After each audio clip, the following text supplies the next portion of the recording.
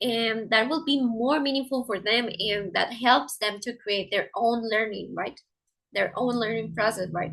So I think that could be a good way in a literature class, in a class with this content, right?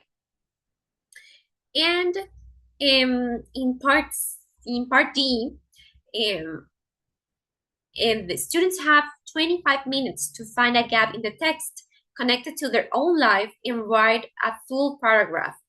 And I think that's a lot to do in a short time, especially in a second language, right?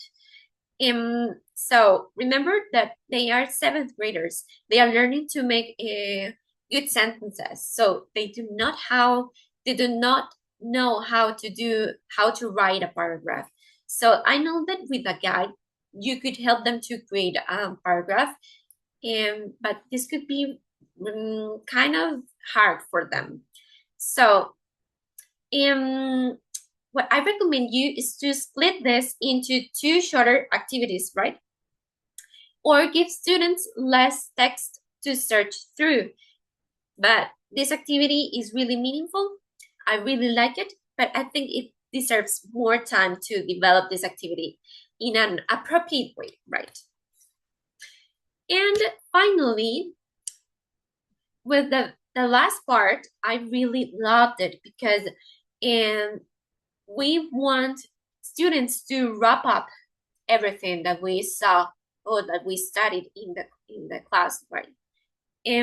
So this brief class discussion is a really, really good way to do that, to summarize everything and to make like our own conclusion, right? And the exit ticket is is is just great. Is the best option, I think. I really loved it. In my experience, I have done this with my students, and it is really meaningful for us to evaluate what our students have learned, the new words that they have learned, or what what they found difficult, right? So I really love this. And in conclusion, I think this is a really good plan. You did a really good job, and I congratulate you. So bye bye. Thank you. See you later.